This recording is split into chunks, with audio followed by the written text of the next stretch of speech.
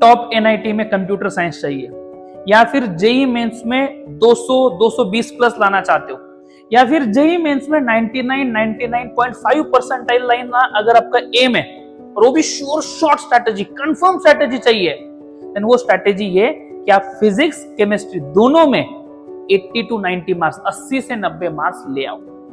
हाँ dear students, मैं सुजीत निकम आज आपको इस कंफर्म स्ट्रैटेजी का पहला हिस्सा how to score more than 90 marks in physics, इस पे आपको गाइड करने वाला हूं। कौन से चैप्टर्स करने चाहिए, कौन सा रिसोर्स फॉलो करना चाहिए, कितने टेस्ट देने हैं, कहां से देने हैं, क्यों देने हैं, सारी चीजें मैं आपको इस वीडियो में बताऊंगा। आपको सिर्फ एंड तक टिके रहना है। अगर थोड़ा जल्दी में हो तो 1.5x पे देखो, लेकिन पूरा एंड तक देखना है। करें शुरू, चलो आ जाओ। सबसे पहले फिजिक्स को अगर आप पिछले कई सालों के पेपर अगर ऑब्जर्व करोगे तो टोटल 25 क्वेश्चंस में से अगर आप देखोगे तो 15 to 18 क्वेश्चंस डुएबल है और 10 to 7 क्वेश्चंस आप बोल सकते हो चैलेंजिंग है। तो अगर हमें अबोव 80 मार्क्स लाने फिजिक्स में, तो हमें ये पूरे जो 15 to 18 क्वेश्चंस ये पूरे करने पड़ेंगे, और ये 7 से 10 क्वेश्चन में से एटलीस्ट 5 से 6 क्वेश्चंस को निपटाना पड़ेगा। That means doing 20 plus questions correctly is our target, is our goal if you want to get more than 80 plus marks in physics. और ये करने के लिए हमें एक एक करके स्ट्रैटेजी और प्लानिंग करनी पड़ेगी। अब जो मैं चीज बताने जा रहा हूं वो अच्छे से ध्यान से सुनना। पहला चीज, फिजिक्स में बहुत एक्सटेंट तक मैथ्स का यूज होता है। कई लोग जो है आपको इसके बारे में बताएंगे नहीं, लेकिन अगर आपका मैथ्स वीक है, मैथ्स में अगर आपका हाथ कच्चा है, तो फिजिक्स में आपका स्कोर कभी भी अच्छा नहीं आएगा। So if you consider, if you think कि मैथ्स में आप थोड़े वीक हो, तो मैं आपको पहली स्ट्रैटेजी बता रहा हूं, पहले टॉपिक्स बता रहा हूं। पहला लिख लीजिए डिफरेंशिएशन, सेकेंड आपके लिए हो जाता है इंटीग्रेशन, थर्ड आपका है वेक्टर्स, और फोर्थ आपका है, आप बोल सकते हो मास या चार्ज डेंसिटी के जो कंसेप्ट्स है। ये जितने भी कंसेप्ट्स है, इन सारे कंसेप्ट्स का जो एप्लीकेशन है फिजिक्स में, वो आपको आना चाहिए। अगर ये आपका स्ट्रांग है तो ही आपको फिजिक्स के साथ आगे बढ़ना है, अगर नहीं है तो जाओ इन सबका एप्लीकेशन पहले स्ट्रांग कर लो। ये चीजें आनी ही चाहिए, बेसिक मैथ से मोस्ट इंपॉर्टेंट है, ये आएगा तो आगे बढ़ना है। अब सबसे इंपॉर्टेंट हो जाता है chapter list. Next sir, chapter list. अब अगर आप देखोगे तो रफली हमारे पास 200 डेज बचे हुए हैं, 200 दिन अगर अपने पास बचे हुए हैं, तो मैं आपसे कहूंगा कि आप सारे चैप्टर्स को कीजिए।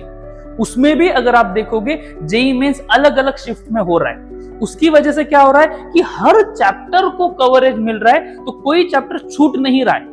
तो आपको सारे चैप्टर करने हैं। कौन से चैप्टर करने हैं? सारे चैप्टर्स करने की, ऑल चैप्टर्स।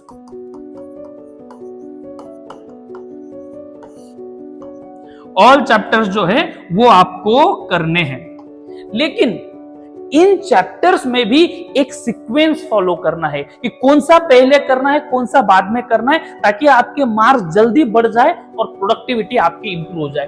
फर्स्ट हम देखने वाले ऐसे चैप्टर्स जो कि स्कोरिंग भी है एंड आप बोल सकते हो लेस एफर्ट्स, मतलब कम मेहनत में आपका स्कोर ज्यादा आएगा। ऐसे चैप्टर्स है, first thing units and dimension,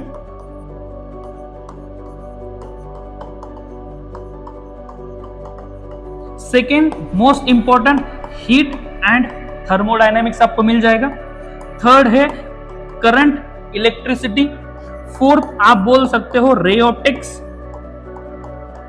अब रे ऑप्टिक्स थोड़ा कैलकुलेटिव है, लेकिन चलो हम स्कोरिंग वाले में उसको डाल देते हैं।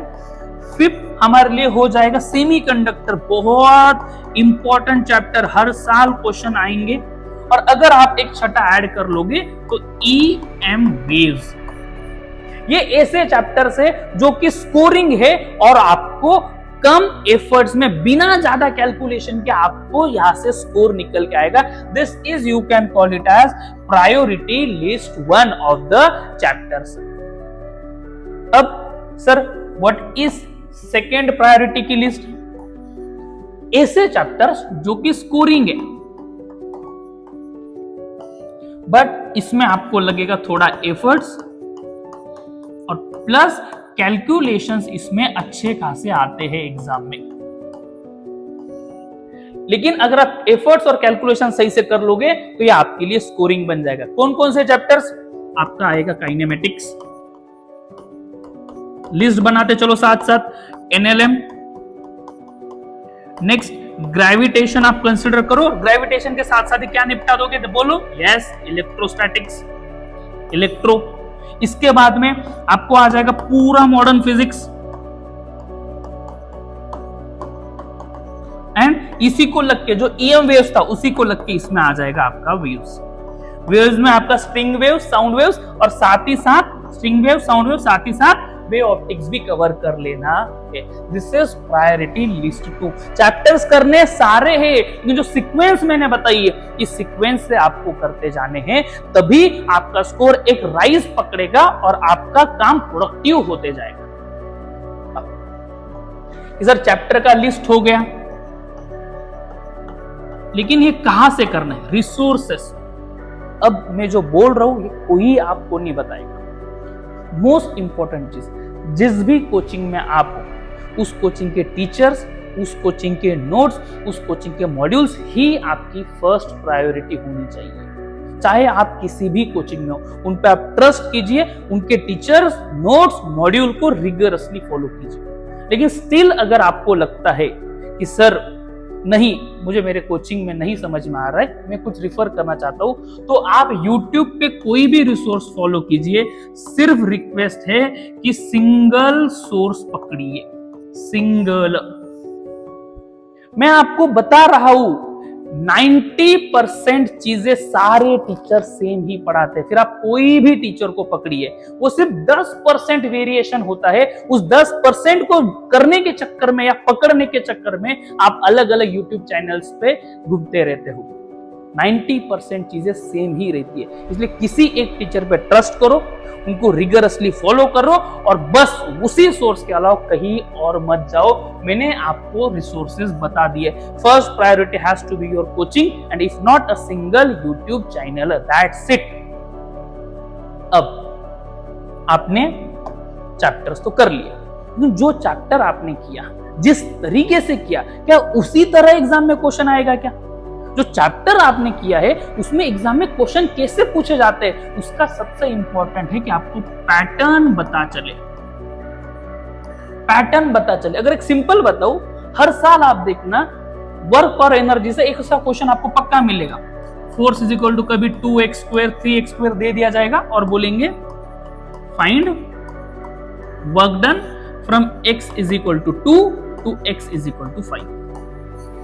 ये क्वेश्चन हर साल आता है। कैसे पता चला मुझे? यस, मुझे पता चला प्रीवियस ईयर क्वेश्चंस का मोस्ट इंपॉर्टेंट चीज तीसरे नंबर पे हम डिस्कस कर रहे हैं। प्रीवियस ईयर क्वेश्चंस आपको पैटर्न बताएंगे कि जो टॉपिक आप पढ़ रहे हो उस टॉपिक पे क्वेश्चंस आते कैसे हैं, कैसे पूछे जाते हैं, ताकि उस तरीके के क्वेश्चंस आप करो, उस तरीके से आप पढ़ो और आपको एग्जाम में वो चीज आएगा। ऐसा नहीं हो कि आप पढ़ तो बहुत कुछ रहे हो लेकिन एग्जाम में जाके कुछ अलग ही आ गया, कभी ब्लैंक फील हो जाता है। क्यों? हमने जो पढ़ा और एग्जाम में जो पूछा गया उसमें डिफरेंस है।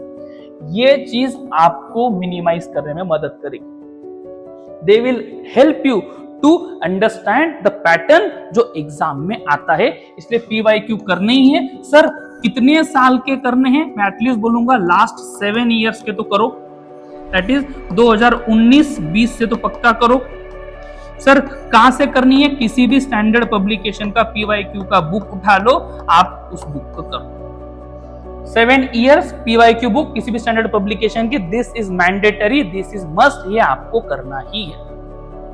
अब आपने PYQ सॉल्व कर लिए, साथ ही साथ चैप्टर भी आपने पढ़ लिया है, लेकिन जो आपने सब कुछ किया है क्या उसका कुछ आउटपुट निकला है क्या, वो चेक करने के लिए हमें क्या करना है, नेक्स्ट हमारा फैक्टर बन जाता है टेस्ट सीरीज। अब ये मैं जो बोल रहा हूं प्लीज ध्यान से सुनना, टेस्ट सीरीज में बहुत इंपॉर्टेंट चीजें हैं। पहले जो मैं अभी आपको टेस्ट सीरीज बोल रहा हूं वो सिर्फ और सिर्फ आपको फिजिक्स की देनी है, सिर्फ और सिर्फ किसकी देनी है, फिजिक्स की देनी है। कितने, एवरी 15 डेज। हाँ मैं जानता हूं कि आप लोग बहाने बनाओगे कि सर मेरे पास इतने तो टेस्ट है ही नहीं, मेरा तो हुआ ही नहीं, मेरा तो ढिमका, मेरा तो फलाना, इसलिए मैंने बोला फिजिक्स की दो सिर्फ, और हर 15 डेज में दो। Why every 15 days? It will build consistency. Consistency आएगी। और फिजिक्स की कितनी हो गए, 25 क्वेश्चन का तो आपका टेस्ट है, दैट मीन्स 1 आवर का टेस्ट, मतलब मिनिमम एवरी 15 डेज पे आप 1 घंटे का टेस्ट दे रहे हो। अब ये टेस्ट कहां से देना है, अगर आपके कोचिंग में कोई ऐप है तो वो भी चल जाएगा, राइट, कोचिंग का ऐप पकड़ लो आप। नहीं, अगर आपने कोई दूसरा ऐप खरीद के रखा होगा वो भी चलेगा। अगर ये दोनों नहीं किए भाई, सीधा जाओ गूगल जेमिनाई पे। लास्ट ईयर आपको मालूम है, लास्ट ईयर से बहुत अच्छा बन गया है। गूगल जेमिनाई पे डालिए, उसको टॉपिक्स के नाम डालिए, टेस्ट का पैटर्न डालिए, आपको टेस्ट बना के दे देगा। मतलब अब बहाना नहीं होना चाहिए। एवरी 15 डेज फिजिक्स का 1 घंटे का 25 क्वेश्चन का टेस्ट इस प्लेटफॉर्म पे आपको देना ही है। एकदम step by step road map मैंने आपको दे दिया है, ये आपको देना ही है। टेस्ट सीरीज क्यों इंपॉर्टेंट होती है डियर स्टूडेंट्स, एवरी 15 डेज अगर आप टेस्ट सीरीज दोगे तो आप कंसिस्टेंट बन जाओगे, आपके अंदर एक कंसिस्टेंसी आ जाएगी पढ़ाई को। जब टेस्ट दोगे तो बार बार पढ़ोगे और पढ़ाई की कंसिस्टेंसी आपके अंदर डेवलप हो जाएगी। सेकेंड चीज, अगर आप इन टेस्ट को ट्रैक करोगे, इनका स्कोर अगर ट्रैक करोगे तो आपको इंप्रूवमेंट हो रही है यानी वो पता चलेगा। आप पढ़ो कितना भी, अरे स्कोर ही नहीं बढ़ रहा है, मतलब नहीं ना, तो ये स्कोर आपको ट्रैक करने से आपको पता चलेगा कि क्या आप इंप्रूव हो रहे हैं यानी। और जब आप चीज ट्रैक करते हो ना, एक साइकोलॉजिकल प्रेशर क्रिएट होता है, और ये साइकोलॉजिकल प्रेशर आपके अंदर मोटिवेशन डेवलप करेगा। ये साइकोलॉजिकल प्रेशर जो है आपके अंदर मोटिवेशन डेवलप करेगा। और इस टेस्ट का analysis is very very important. Analysis बहुत इंपॉर्टेंट है इस टेस्ट का। क्यों? अब यहां ध्यान से सुनो, मैं जो बता रहा हूं, मैं या इंडिया को कोई भी एक्सपीरियंस टीचर आपका 80 to 90% जो पेपर है वो प्रेडिक्ट कर लेता है या वो गेस कर लेता है। क्यों? क्योंकि इसके पीछे रीजन होता है, एक मोस्ट इंपॉर्टेंट चीज जिसको बोलते हैं डिराइव्ड क्वेश्चंस। अच्छे से सुनना, ये बहुत इंपॉर्टेंट है।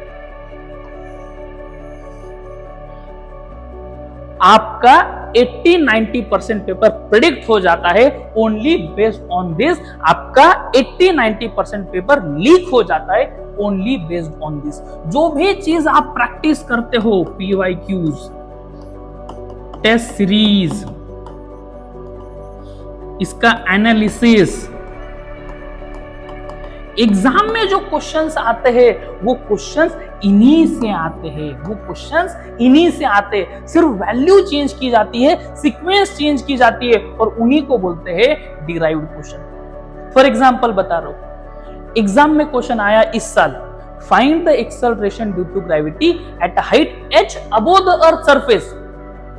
डिराइव्ड क्वेश्चन मतलब क्या, जो अगले साल आने वाला है, find the acceleration due to gravity at a depth h below the earth surface, वो है डिराइव्ड क्वेश्चन। तो अगर आप ढंग से एनालिसिस करोगे, ऐसे क्वेश्चन सोचोगे जो इससे बन सकते हैं, आप अगले साल का पेपर प्रेडिक्ट कर लोगे। अगर सिंपल केमिस्ट्री का भी एग्जांपल दूं, इस साल क्वेश्चन क्या है, which of the following compound is blue, option था CuSO4।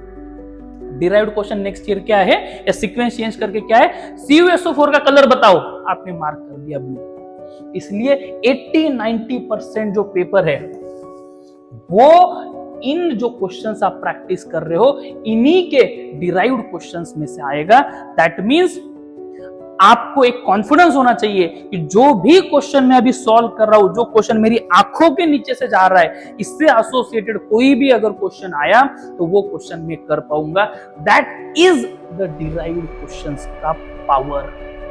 ये कंसेप्ट हो सकता है ये नाम आपने कहीं सुना नहीं होगा, ये मोस्ट इंपॉर्टेंट नाम है, यहां से आप इसको लेके जा रहे हैं। कोई भी क्वेश्चन आप करोगे उससे एसोसिएटेड एक दो क्वेश्चंस जो आप है वो दिमाग में डालिए और वही डिराइव्ड क्वेश्चंस आपके एक्चुअल पेपर में आएंगे। डियर स्टूडेंट्स, ये जो मैंने स्ट्रैटेजी बताई है, इस स्ट्रैटेजी को यूज करके आज मेरे कई सारे स्टूडेंट्स आईआईटी बॉम्बे, अलग अलग आईआईटीज, एनआईटीज, ट्रिपल आईटीज में पढ़ रहे हैं। इवन कई सारे मेरे स्टूडेंट्स है, आगम कासलीवाल हो गया, स्कंदा हो गया, राहुल हो गया, इन लोगों ने फिजिक्स में 100% तक लाए हैं only following this simple strategy. Chapter को, सिलेबस को कवर करना है, पीवाईक्यू को प्रैक्टिस करनी है, टेस्ट देनी है, उसका एनालिसिस करना है। रिपीट कर रहा हूं, चैप्टर को खत्म करना है, पीवाईक्यू को प्रैक्टिस करना है, टेस्ट देना है, उसका एनालिसिस करना है। इस साइकिल को हर चैप्टर के लिए रिपीट करो उस सीक्वेंस में, जिस सीक्वेंस में मैंने बताया है। आपको फिजिक्स में 100% तक आ सकते हैं, टॉप स्कोरर आप फिजिक्स में बन सकते हैं। अगर फिजिक्स में ऐसा कोई भी चैप्टर है, कोई भी टॉपिक है जिसमें आपको मेरी हेल्प चाहिए या आपको लग रहा है कि आपको टफ जा रहा है और मैं कुछ हेल्प कर सकता हूं, तो आप डेफिनेटली उस टॉपिक्स को कमेंट सेक्शन में बताइए। मैं आपको उन टॉपिक्स में स्ट्रॉन्ग करने में हेल्प करूंगा। और अगर आपको लगता है कि ये वीडियो आपके लिए यूजफुल है या आपके किसी भाई बहन फ्रेंड के लिए यूजफुल हो सकती है, तो इस वीडियो को लाइक कीजिए और उन लोगों तक भेजिए जिसके लिए इनका बहुत ज्यादा यूज है। Thank you so much dear students.